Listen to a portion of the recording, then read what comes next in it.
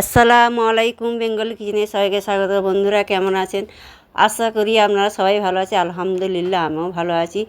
আমি আবার ফিরে আসলাম আপনাদের সামনে একটা ভিডিও নিয়ে। দেখুন বন্ধুরা, পেঁপে আলু মাছের ঝোল রেসিপি আমি শেয়ার করব। একদম পাতলা, এই গরমে পাতলা ঝোল খেলে শরীরের খুব উপকার। সেই জন্য আজকে পেঁপে আলু মাছ দিয়ে আমি পাতলা ঝোল রেসিপি করে দেখাবো, জিরে বাটা দিয়ে।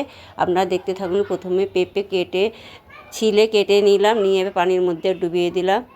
সমস্ত পেঁপে আমার কাটা হয়ে গেছে। এবার একটা চুড়ির মধ্যে তুলে নিলাম। এবার আলু ছিলে নেব। আলু ছিলে এবার কেটে নিতে হবে। যে বন্ধুরা আমার এই চ্যানেলে নতুন তারা সাবস্ক্রাইব অবশ্যই করবেন। ভালো লাগলে লাইক শেয়ার কমেন্ট করতে বলবেন। এবার আলুগুলো আমি এইভাবে কেটে নেব।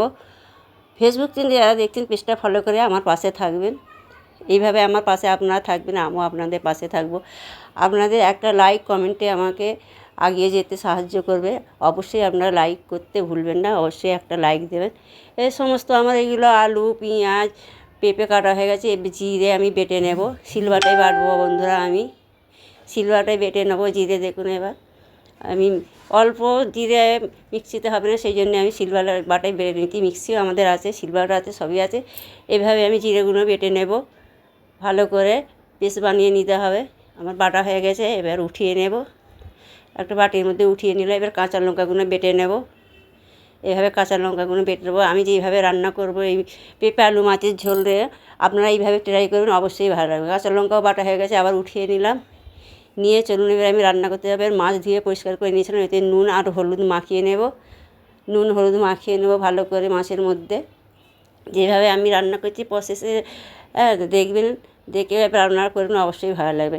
এবার গ্যাস জ্বালিয়ে কড়া বসিয়ে দিলাম, পরিমাণ মতন অয়েল দিলাম। এবার মাছগুলো দিয়ে দেবো, এক এক করে মাছগুলো সব দিয়ে দেবো। দিয়ে উল্টে পাল্টে আমি লাল লাল করে ভেজে নিতে হবে। এইভাবে ভাজা হয়ে গেছে, উঠিয়ে নেব। বাকি মাছগুলো আবার ওই একইভাবে ভেজে নিতে হবে। এবার ভাজা হয়ে গেছে এগুলো উঠিয়ে নিলাম। ওই তেলের মধ্যে আমি পেঁয়াজ কুচি দিয়ে দিলাম, দিয়ে পেঁয়াজ কুচি হালকা নাড়াচাড়া করে এবার আলুগুলো দিয়ে দিলাম, আদা রসুনের পেস্ট দিলাম, দিয়ে ভালো করে ভাজা করে নেব।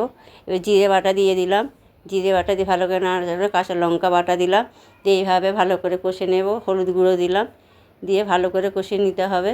অল্প পানি দিলাম, দিয়ে আবার কষে নেব। বন্ধুরা আমি কী বলুন তো, আমি পেঁপে আগে থাকতে সিদ্ধ করে রেখে দিয়েছিলাম, মানে সিদ্ধ করে আমি দিয়েছি। এবার আপনার কীভাবে দেয় জানি না। আমি এইভাবে পেঁপেগুলো দিয়ে ভালো করে কষে নিতে হবে। এভাবে কষানো হয়ে গেছে, পরিমাণ মতন পানি দিয়ে দিলাম। এবার চাপা দিয়ে দেবো। ফিরে আসলাম। এবার ফুটে গেছে ঝোল। এবার আমি মাছগুলো দিয়ে দেবো, ভেজে রাখা মাছগুলো সব দিয়ে আবার চাপা দিয়ে দেবো, আবার খুলে দেখবো হয়েছে কি না। আমার হয়ে গেছে। এবার আপনাদের পরিবেশন করে দেখাচ্ছি। দেখুন বন্ধুরা কতটা সুন্দর হয়েছে, খেতে অসাধারণ হয়েছে। আপনারা ভালো থাকবেন, সুস্থ থাকবেন। আল্লাহ হাফেজ। ফিরে আসছে আবার নতুন ভিডিও নিয়ে।